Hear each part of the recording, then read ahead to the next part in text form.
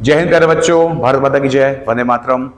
कुछ most important 12 vocab के ऊपर चर्चा करने वाले हैं। एग्जाम में इंपॉर्टेंट है, एग्जाम में आ सकती हैं और जल्दी से जल्दी फटाफट देखिए और इनको लर्न करने का कोशिश कीजिए कि अभी के अभी लर्न हो जाए, ठीक है ना।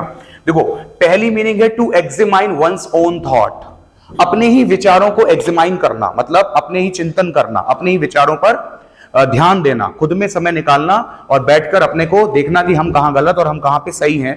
इसे कहते हैं, ऑप्शन देखो पहले कौन कौन से आपके पास। तो ऑप्शन नंबर ए है मेडिटेशन। मेडिटेशन का मतलब होता है ध्यान करना, ठीक है, ये ऑप्शन हो सकता है क्या, अभी आगे चलते हैं। दूसरा है रिट्रोस्पेक्शन, तीसरा है रिफ्लेक्शन और चौथा है इंट्रोस्पेक्शन। तो बेटा इसका आंसर है इंट्रोस्पेक्शन। इंट्रोस्पेक्शन का मतलब होता है आत्मचिंतन या आत्मसंश्लेषण करना, मतलब चिंतन करना, ठीक है ना, खुद में गलतियां निकालना, आत्मनिरीक्षण करना भी कह सकते हैं। तो इसका आंसर हो जाएगा डी। मेडिटेशन का मतलब तो भैया होता है ध्यान करना, तो ये भी नहीं होगा। इंट्रोस्पेक्शन रिट्रोस्पेक्शन भी नहीं है इसका आंसर, ठीक। आंसर क्या है? इंट्रोस्पेक्शन यानी कि आत्म चिंतन करना, to examine one's own thoughts. Next question देखिए बेटा। नेक्स्ट क्वेश्चन है anything written in a letter after it is signed. देखो बेटा, किसी भी चीज को साइन हो जाने के बाद लिखा नहीं जाता है ना। हमने अभी तक क्या पढ़ा था, कहीं पे भी अगर साइन हो गए हैं, किसी चीज को पहले लिखा गया उसके बाद साइन हो गए, साइन कब किए जाते हैं? लास्ट में, यानी अब उसके बाद कुछ नहीं हो सकता। पर अगर बाई चांस कोई त्रुटि है और उसे हम आफ्टर साइन सही करते हैं तो उसे पोस्ट स्क्रिप्ट कहते हैं। क्या कहते हैं? Post script. तो आंसर नंबर सी हो जाएगा। पोस्ट स्क्रिप्ट का मतलब होता है आफ्टर रिटन, आफ्टर साइंड किसी चीज में कुछ लिखना, आफ्टर साइन किसी चीज में कुछ लिखना या कुछ लिखे हुए में ऐड करना। तो इसका आंसर पोस्ट स्क्रिप्ट होता है। नेक्स्ट क्वेश्चन देखिए बेटा।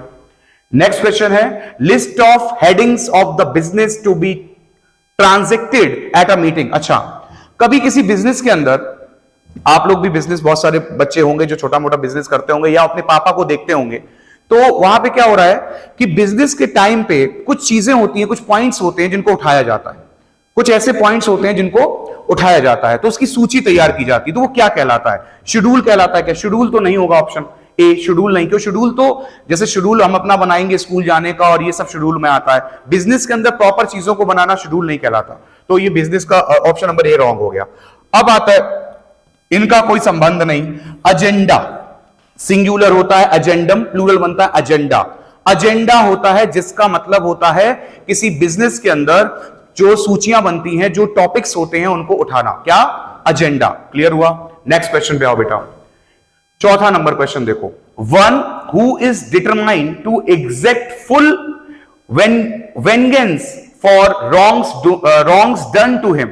अच्छा, फिर से देखिए, ऑप्शन पे आइए। विंडिकेटर, फिर है विरुलेंट, एक है यूजरर, एक विंडिक्टिव।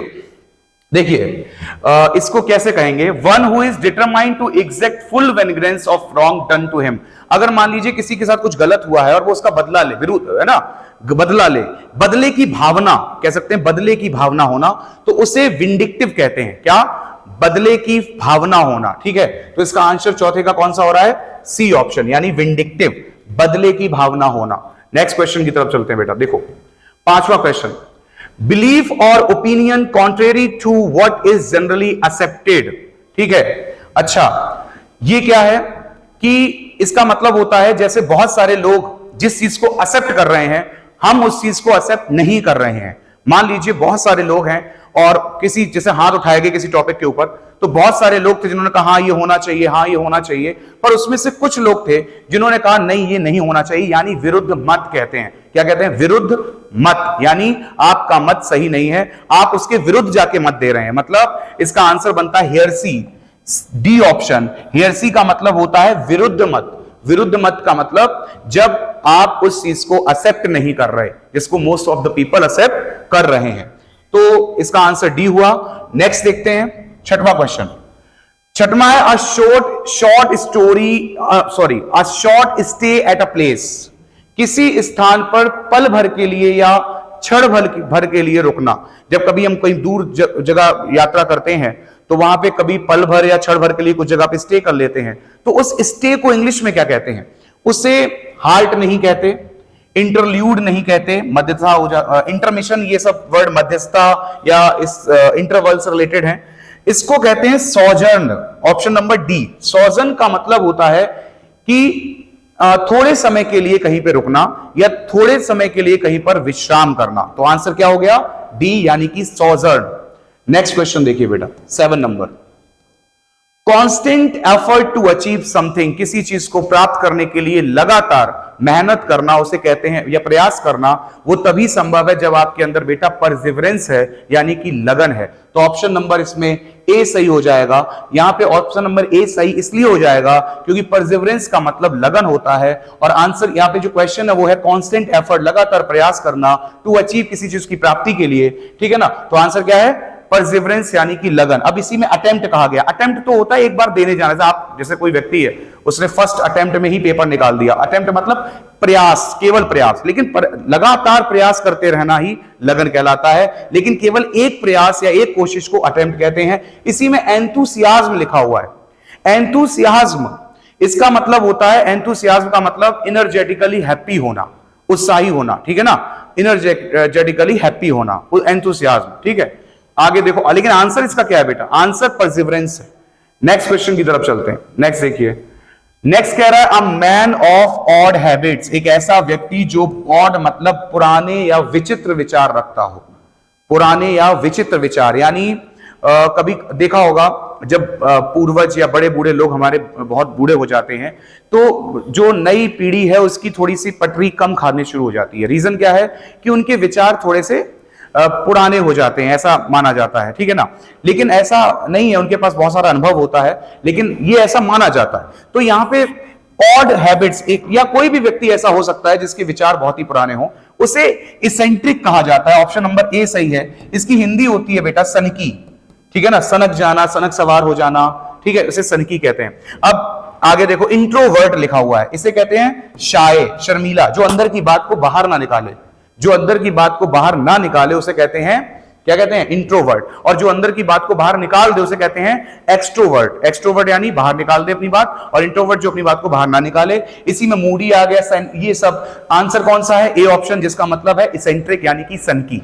नेक्स्ट क्वेश्चन देखिए, 9 number. One filled with excessive, excessive मैंने बहुत ज्यादा मात्रा में, and mistaken enthusiasm in a cause. Of भाई, ये एक ऐसा व्यक्ति जिसके अंदर भर भर के, वो कहते हैं ना, अंध भक्ति भरी हुई है, किसी चीज को लेके अंध भक्ति हो जाना, यानी कि सही है या गलत है हमें पता नहीं, गलत में भी हम उसके साथ और सही में भी उसके साथ, उसे कहते हैं बेटा, यहां पे ऑप्शन आया है मार्टियर। मार्टियर का मतलब शहीद होता है, तो शहीद तो आंसर नहीं होगा, ठीक है। इसके बाद इसमें पेट्रॉइट है, पेडेंट है, पेट्रॉइट देशभक्त होता है, हम बता दें आंसर सी है।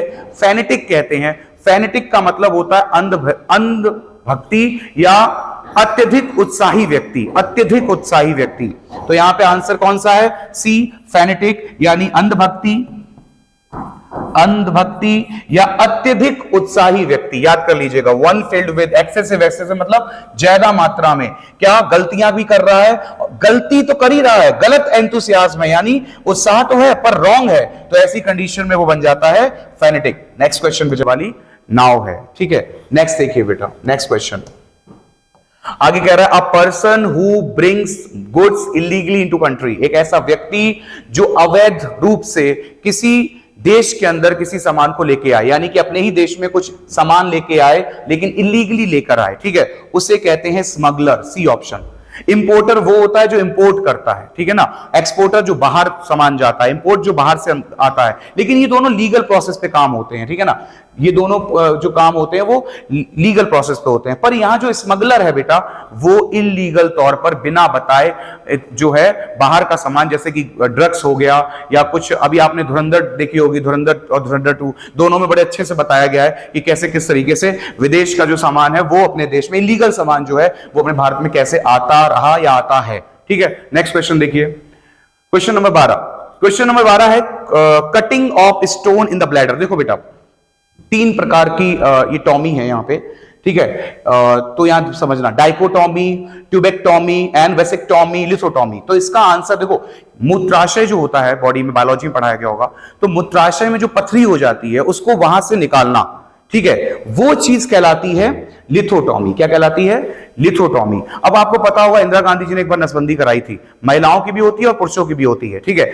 अगर जो महिलाओं की नसबंदी होती है उसे कहते हैं ट्यूबेक्टॉमी, याद रखिएगा यहां पे, ठीक है। इसके बाद जो वेसिक्टोमी होता है वो पुरुषों में होने वाली नसबंदी होती है, ठीक है। इसके बाद डायक्टोमी जो लिखा हुआ, डायकोटोमी, इसका मतलब होता है द्विभाजन, किसी चीज के दो हिस्से कर देना। तो यहां पे देखिए चारों ऑप्शन को समझिए। डायकोटोमी यानी कि किसी चीज को दो हिस्सों में, द्विभागों में बांट देना। इसके बाद ट्यूबेक्टोमी यानी कि महिलाओं में नसबंदी, और वेसिक्टोमी का मतलब होता है पुरुषों में नसबंदी। और इसके नीचे लिथोटोमी लिखा हुआ है, इसका मतलब होता है जो इसका आंसर है, यानी मूत्राशय से पथरी को बाहर करना या मूत्राशय की पथरी को बाहर निकालने की प्रक्रिया, ठीक है। तो ये आंसर हो जाएगा डी। ओके, तो हमारे 12 क्वेश्चन हो गए। एक क्वेश्चन और देखते हैं, ठीक है। A person who travels to a sacred place as an act of religious devotion, religious यानी कि धार्मिक, devotion यानी कि उसकी जो भाव है ना, उसके प्रति, धार्मिक भावों के प्रति पवित्र स्थानों में जाने वाले व्यक्ति को क्या कहते हैं? जैसे हमने देखा होगा, कुछ लोग खाटू श्याम जी बहुत जाते हैं, कुछ लोग बालाजी बहुत जाते हैं, कुछ लोग वैष्णो देवी बहुत जाते हैं, कुछ लोग हरमंदिर साहिब जी बहुत जाते हैं। तो ये सारे लोग जो घूमने जा रहे हैं, इन्हें क्या कहा जाता है? इन्हें पिलग्रिम्स कहा जाता है। क्या कहा जाता है? पिलग्रिम, यानी कि ऐसे साधु संत लोग या ऐसे लोग जो तीर्थ स्थल जाएं, या तीर्थ यात्री कहा जाता है इनको कहा जाता है इंग्लिश में पिलग्रिम। अब यहाँ पे हर्मिट लिखा हुआ है, सेंट लिखा हुआ, मेंडिकेंट, इनका सबका मतलब साधु होता है, ठीक है। सेंट मैंने साधु, ठीक, हर्मिट मैंने साधु, ठीक है। अच्छा, और इसके बाद हर्मिट, सेंट, मॉन्क मैंने भी साधु, ये सारे वर्ड साधु के हैं, लेकिन इसका आंसर हो जाएगा बी, यानी कि पिलग्रिम, तीर्थयात्री। नेक्स्ट क्वेश्चन पे आते हैं, देखिए।